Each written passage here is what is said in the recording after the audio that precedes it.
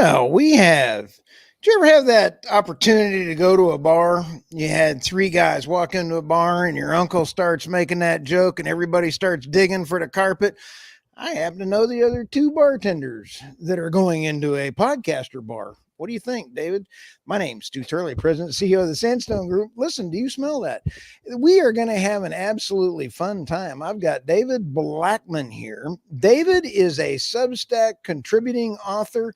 He is a Forbes author. We're just having a barrel of fun, aren't we, David? We're just having tons of fun, man. I'll tell you what, we're missing the famous RT, but I'm wearing my Trump hat from 2020, and it's kind of stylish, isn't it?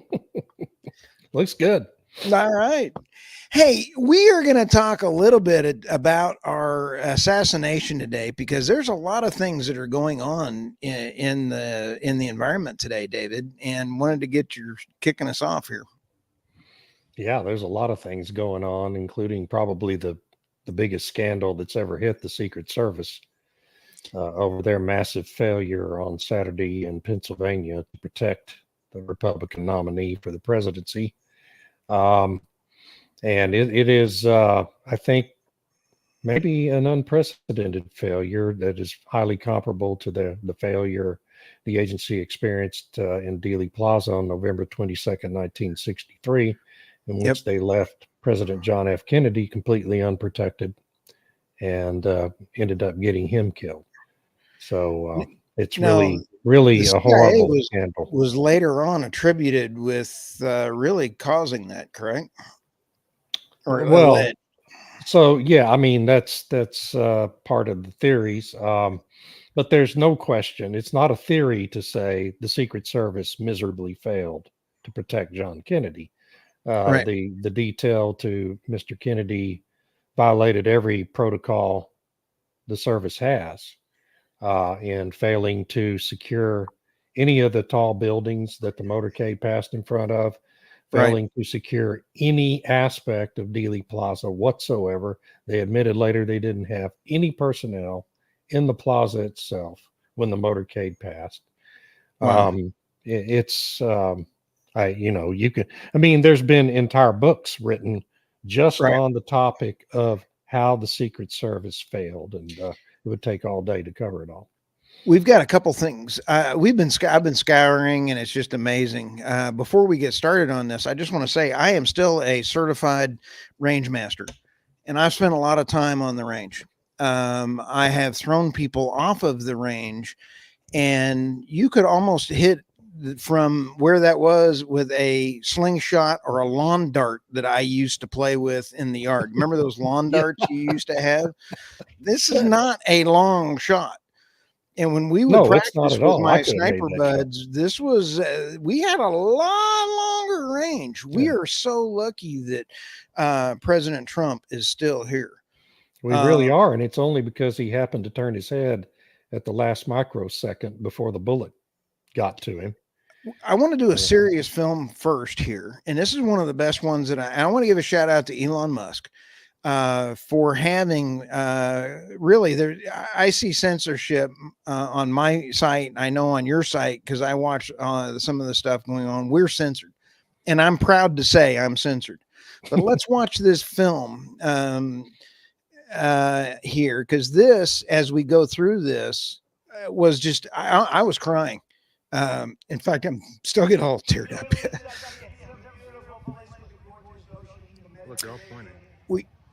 We start taking a look at this timeline, and you really get a sense. You pointed this out to me, David. There he is. Yeah. And I'm going to show the maps here in just a minute to really break out from a range master, if you would, a sniper perspective on this. We've got you can see right under the big flag that it just showed is where the president is speaking. I mean, it's an easy shot, folks, an easy shot. And when you sent me one of the videos like this, listen to them. Now, this is still well over 2 minutes before any shots are fired. 2 minutes, 2 full minutes. And they just leave Trump up there to continue speaking. And there's a lady right over here. This is where she look at the lady in the right hand corner. She's smiling. She holds up a sign a little bit later, Right and before the shots are right fired. before the shots, and then she's kind of looking around. There's some questionable people that are in there that need to be, and most people are digging for carpet, And she just thinking, sits there. Yeah. and she's sitting there with her phone out. She must Yeah. know something's going on. It's very odd behavior for sure. Take a look at that. So that arrow is the lowest Now amount watch. of illegal This is going to roll immigration into three ever in different recorded screens. history into our country.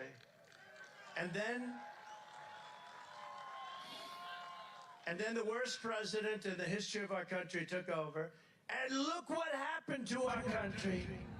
Probably 20 million people. And look, And you know, that's a little bit old, that chart. That chart's a couple of months old. And if you want to really see something that says... now watch him in the upper right corner here. He raises up off the scope. Yeah. Now look at the crowd.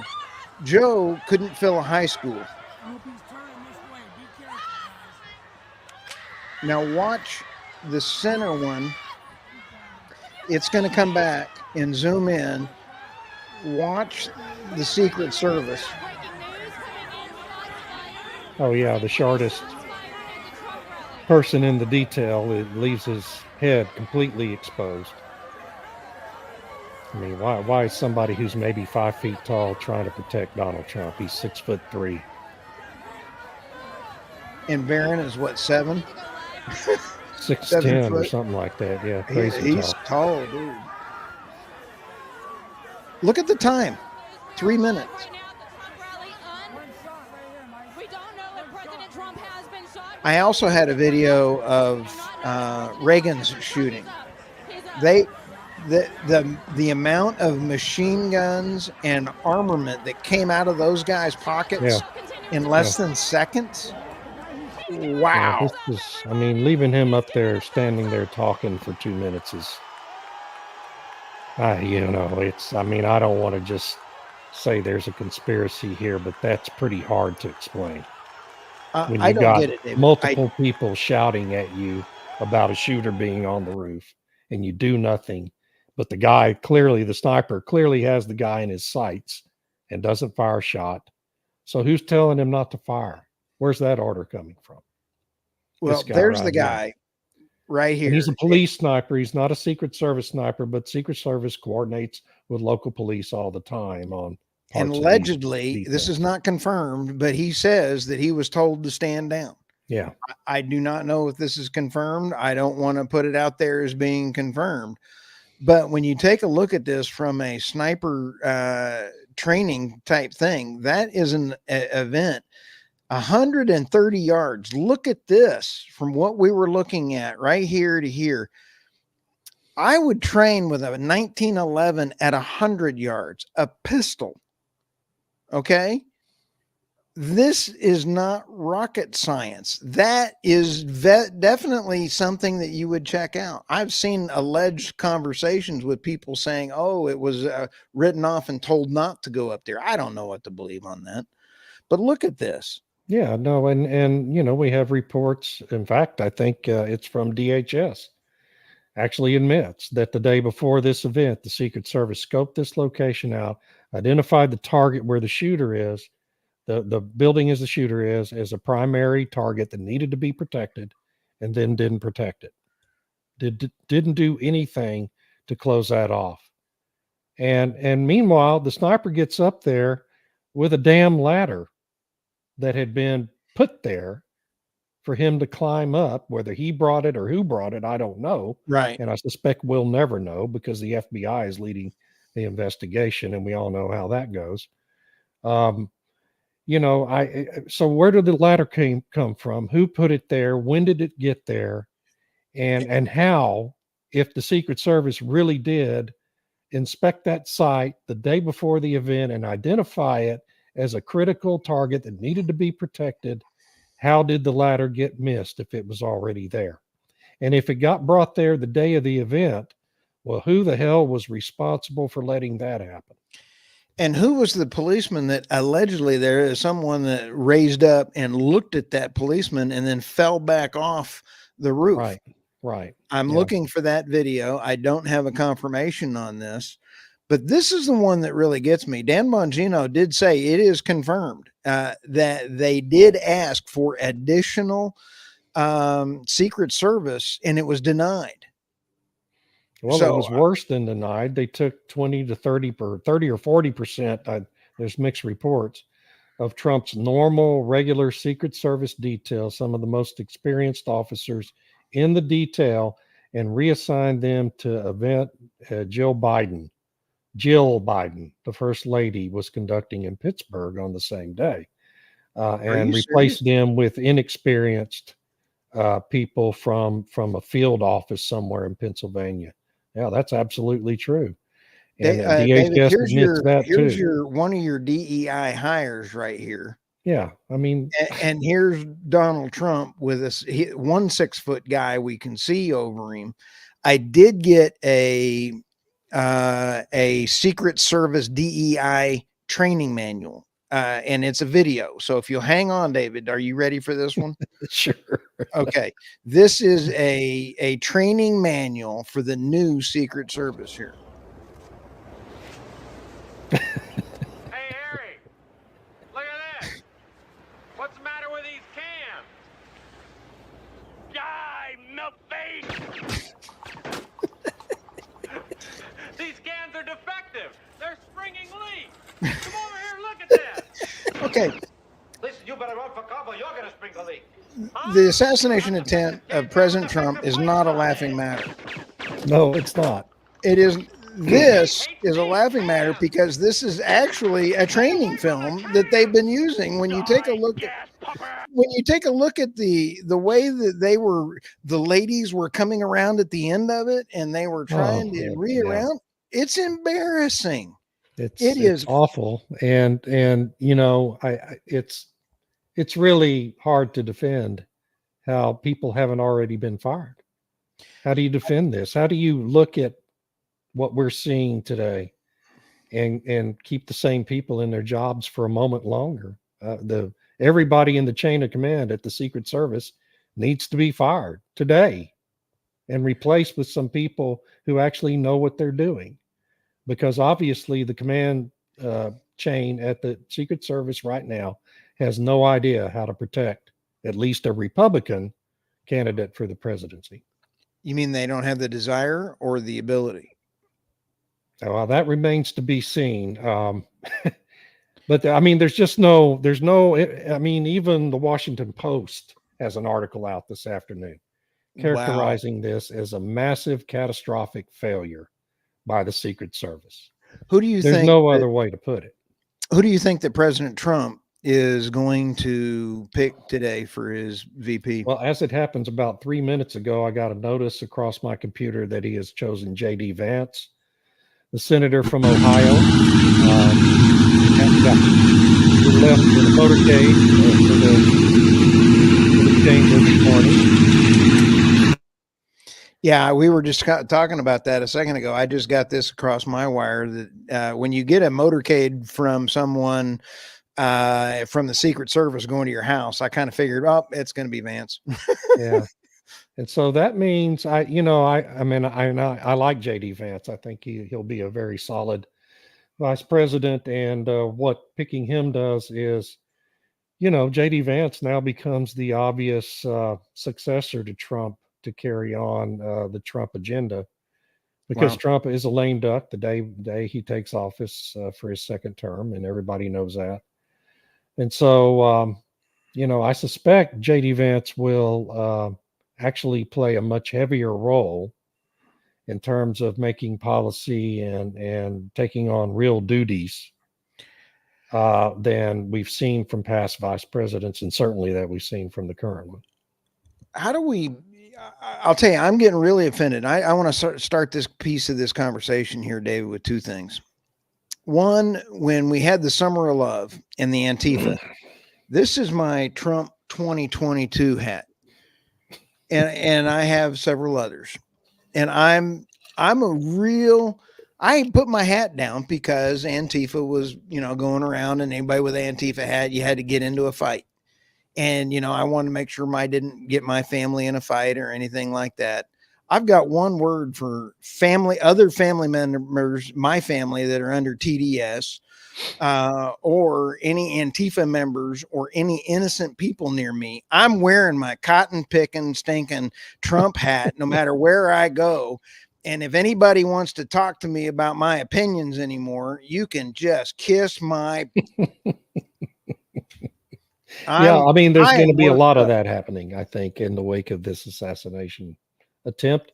And I think, I think we all need to really be aware that just because there's been one attempt on Trump's life doesn't mean there won't be another one.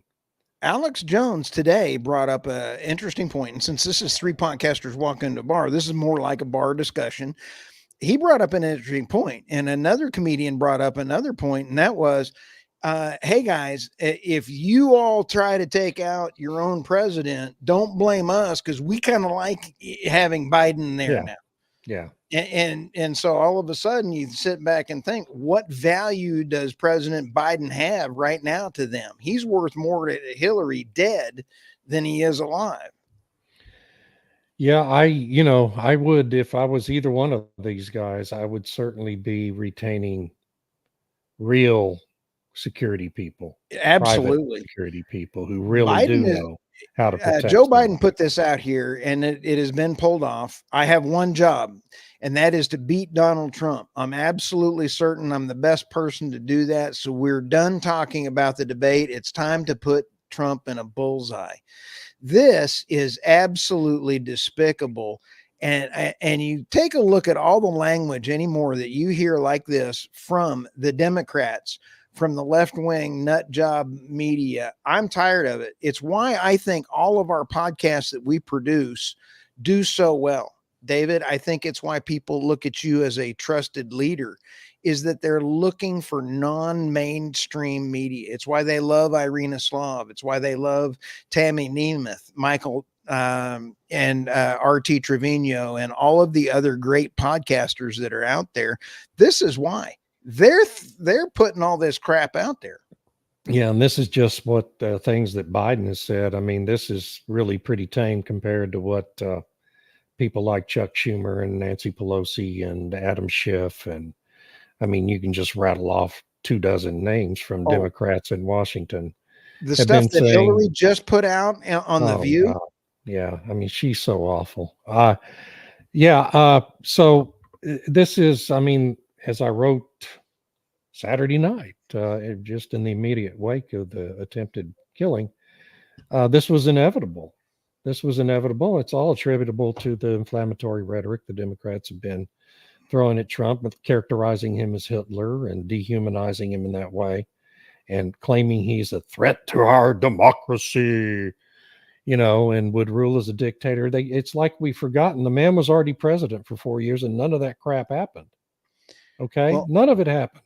This one, we need to take a minute and just listen to the beloved Hillary here. Legitimately elected. Mm-hmm.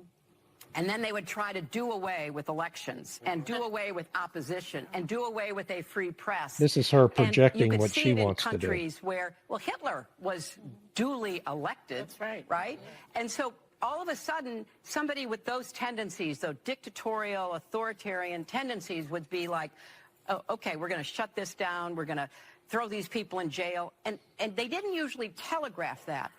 Trump is telling us what he intends to do. People would. Okay. I mean, she's saying that at a time when her own president is conducting this lawfare operation, trying to put his political opponent in prison. And today, what a great thing that one of those, David, was just dismissed. One of those cases was just the case dismissed. In Florida. Yeah. And, because of the immunity ruling. And I mean, really the DC case, the January 6th case that the same prosecutor, this fraudulent prosecutor, Jack Smith, is bringing against Trump. That one should have already been dismissed as well. It just is, I mean, that's what's so unprecedented. And, you've got Hillary Clinton talking about all that while her own party is doing all of that. Okay. It's her party that's attacking the validity of our election system. Her party that's doing away with voter ID and every other protection we have against foreigners voting in our elections. That's her Dave, party doing it. right after I got that one notice on X that the case was dismissed, this came across.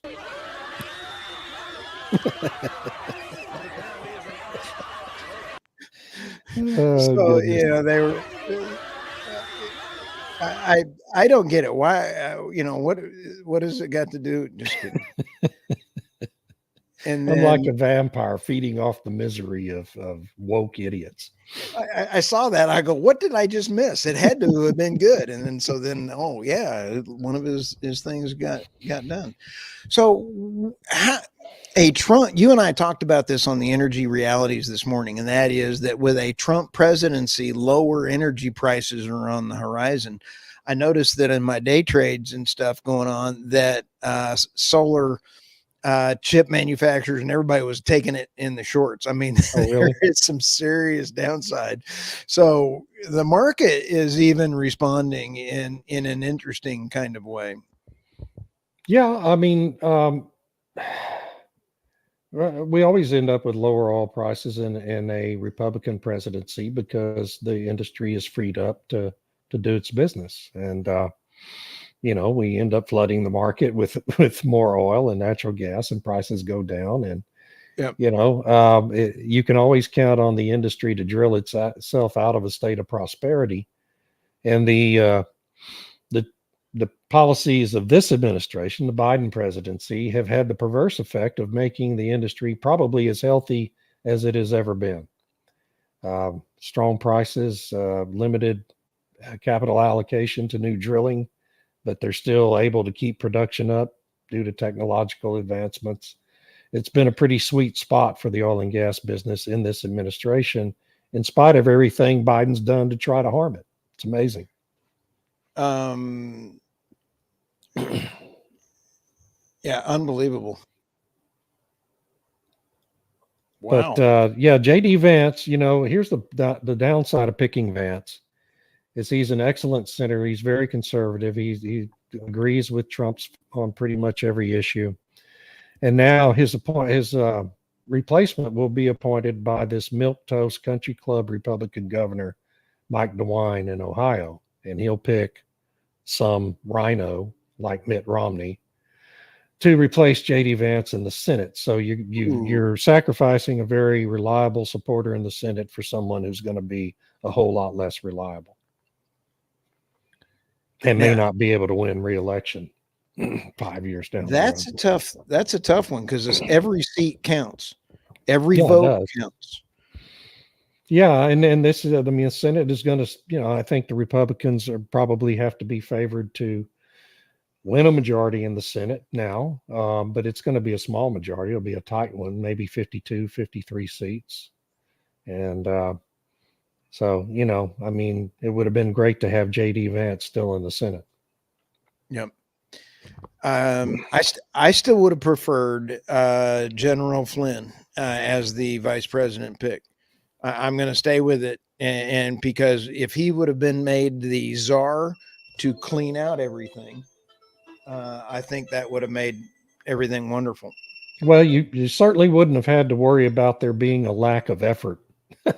That's for sure. You wouldn't have had to worry about there being any lack of dedication to duty had it been General Flynn. He would have taken it out.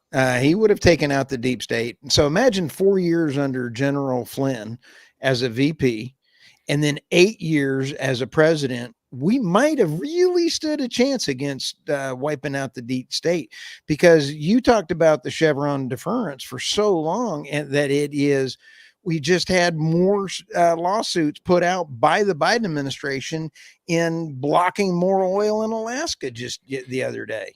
Yeah, they're not going to take it laying down. So for Trump, if he does get elected, the most critical thing he has to do is choose an attorney general who isn't a turncoat. and he failed to do that 3 times in his first term in office, or Wow. twice. Right. The pro tem, the temporary guy, the acting attorney general, whose name I'm going to forget, was fine, but Bill Barr and especially Jeff Sessions were horrible picks.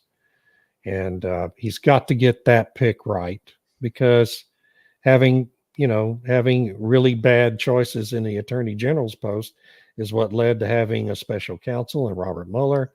It's Right. what led to the persecution of General Flynn for all those years. And so it has a major rippling effect throughout the administration, and he's got to get that appointment right, or he'll be wasting his time again. Oh, absolutely. Well, President Trump, if you're listening, we love you, and I still get worked up. I'm just pissed. Yeah, I just want to say, don't be taking out my president. Yeah, I was pretty irate myself, and and still am, really. I mean, all morning I've been just pretty now, much on edge. there are people that are out there that know how they're going to react in a situation if they've been in them. And I've been in situations where I know that I stand up for innocent folks, and I put my life on the line for innocent folks. Nobody will have to worry about whether I'm going to sit there and look at a guy on the ladder, whether or not somebody is going to take action. I would have been crawling up on that damn roof no matter what happened to drag that rat bastard off. I'm sorry. Yeah, I mean, those videos are just the awfulest thing in the world. Just awful. And if anybody is walking around my town, my family, and they're pulling some Antifa bullshit, you just woke up Smokey Bear. Yeah. Y'all better stay away from Stu. Or stay right next to me, because I'm pissed. And I'll tell you what, how many other guys like me are out there? Oh, and they got most of the guns. Yes, we do. And how many of us old range masters and sniper trainers are getting really, really irritated right now? Right. Yeah. No, you can feel it building. I mean, I just hope and pray we don't have any more incidents like this before the election. I do too. But I don't think we can necessarily assume that. No, here's me in the way I think of this current political situation right now. I love this video. I mean, here I am. I'm sitting here kind of going, what else can go wrong around here? Okay, you got aliens flying around. You got this. David, you and I laugh about it with RT all the time and Michael Tanner, and we kind of laugh about it. I've never seen this kind of environment for energy. I've never been able to say, hey, wait a minute, my company, we're evaluating oil and gas investment deals. We can say, hey, this is a good deal. Hey, you're going to get 30% back on your money on this. It's going to be all that. Then you go back over here. You see the Green New Deal is bad. People are waking up and realizing that this is like, holy cow, Batman. It's really, really bad. They're getting screwed.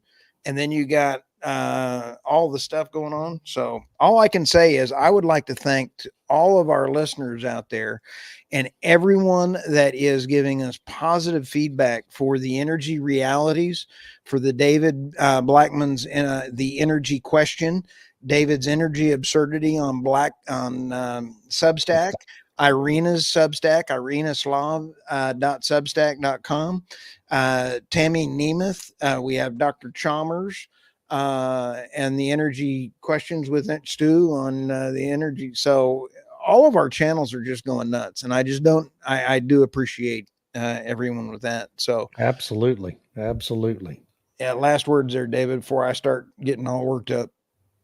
God bless America. God bless Donald Trump, and even God bless Joe Biden. And let's hope everybody stays upright and healthy, and we have a free and fair election. We can hope, but too big to rig, I think, is what I heard. Well, hopefully. I mean, yeah. I heard a stat that really, as we sign off here, David, I heard a stat that just kind of wiped me out. Being a range master, I kind of understood this one. if all of the voters, all of the hunters signed up, there's no way that they could lose. If any voter, because there's so many hunters that are not registered to vote. Think Yeah. about that number. Yeah. And I'm going to be out there calling all the buddies, calling, hey, get out for your deer stand and go vote. It's going to matter. It is. Have a Matters great one, a lot. guys. Thank you.